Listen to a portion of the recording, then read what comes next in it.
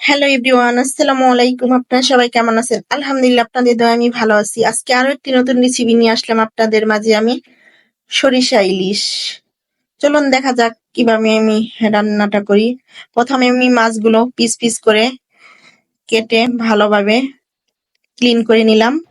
এখন আমি রেডি করে নেব রান্নার জন্য পেঁয়াজ কুচি, কাঁচামরিচ কুচি। পেঁয়াজ কুচি, কাঁচামরিচ কুচি রেডি করা শেষ হলো। এখন আমি সরিষা ব্লেন্ডার করে নিয়ে নেব। সরিষা ব্লেন্ডার করে আমি নিয়ে নিচ্ছি। সবগুলা আইটেমই রান্নার জন্য রেডি করা হয়েছে। প্রথমে আমি মাছের মধ্যে হলুদ আর লবণ দিয়ে ভালোভাবে হাত দিয়ে মাখিয়ে নেব।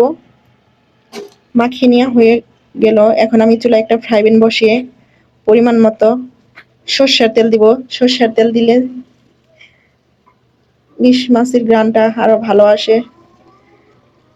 তেলটা গরম হওয়ার সাথে সাথেই আমার মাখানো মাছগুলো এখন এক পিস করে তেলের মাঝে ছেড়ে দেব। এভাবে সবগুলো মাছ দেওয়া শেষ হলো। আমি উল্টিয়ে ভেজে নিতেছি। ভাজা শেষ করে বাটিতে নামিয়ে নিলাম। এখন আবার ফ্রাই প্যানে তেল দিয়ে দিলাম। তেল দেওয়ার পরে প্রথমে আমি দিয়ে দিব কালো জিরা। এখন কেটে রাখা পেঁয়াজ কুচি দিয়ে দিলাম। ভালোভাবে নেড়ে চেড়ে ভেজে নেব কালো জিরা আর পেঁয়াজ। এখন দিয়ে দিব সরিষা। সরিষার মধ্যে আমি সব রকমের মশলা পরিমাণ মতো অ্যাড করে নিয়েছি। এখন ভালোভাবে সরিষাগুলো কষিয়ে নিতে হবে। নেড়ে চেড়ে 5 মিনিটের মতো আমি সরিষাগুলো কষিয়ে নিলাম। এখন আমি পানি দিয়ে দিব।